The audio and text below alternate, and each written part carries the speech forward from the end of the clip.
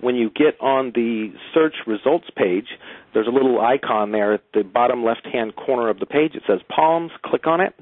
And when the Palms map appears, you can click on the lost my train. There's an icon. There's a button there, so you can overlay imagery, photo imagery over it, and then click on recent sales, and that will actually bring up on that map what has sold within your map view area. And then there's a button. It's a square with a little eye in the middle of it. That's information. You can click on that and drag that down to the property that's highlighted that you're interested in, that is showing you a sale. Click on it, and it'll bring you to the physical record for that property as well. So you can then, you've already written down your information about the property that you're researching.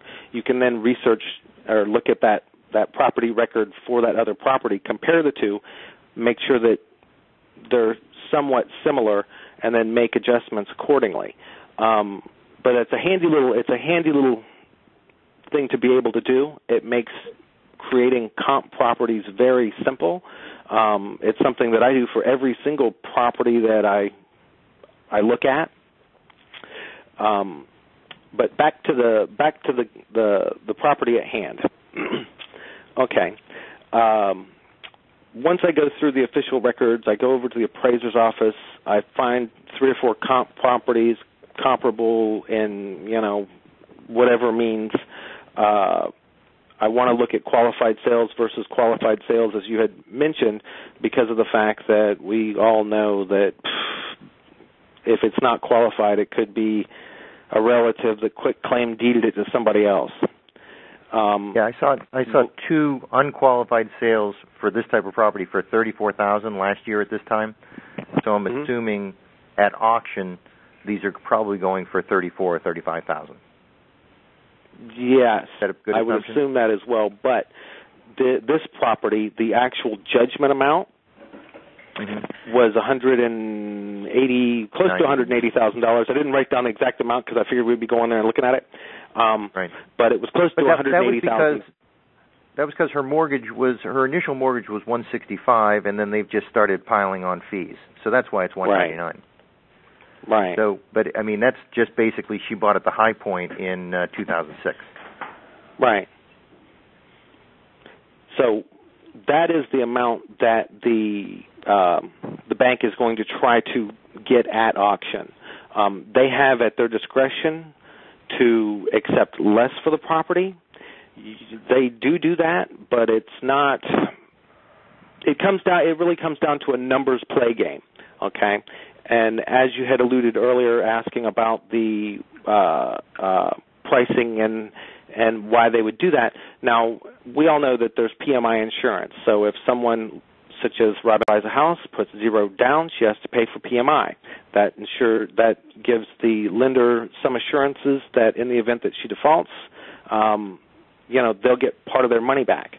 The other part of the sequence is that they have reinsurers that will insure and mitigate some of the other loss against the house in the event there is a default. The house is lost in foreclosure. So it's not concrete. I'm not positive, but I was told by someone that I trust that on a first mortgage, okay, reinsurers will accept up to 60% of the risk on the mortgage, okay?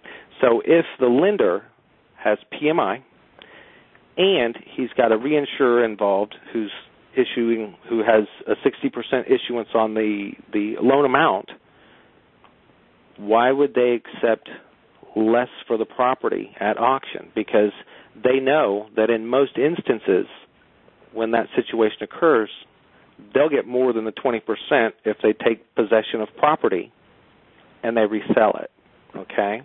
Now, if they accept less for the property at the auction, say they don't have a PMI policy or something along that lines. It comes down to analyzing the data and analyzing the risk.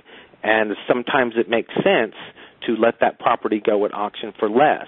Now, if the problem is that if they accept less from the bidder at auction, that lessens the amount the reinsurer will pay on their policy.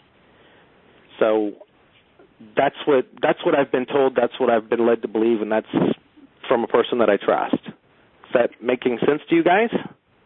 Yeah, no, and that's a call that obviously they won't tell us before we get there, but they want to drag us to the auction, and now I understand why. And this is Glenn was explaining this to me, why a bank might not let it go for. I mean, if those are selling for 45 and 50 right now, which I know they are because right.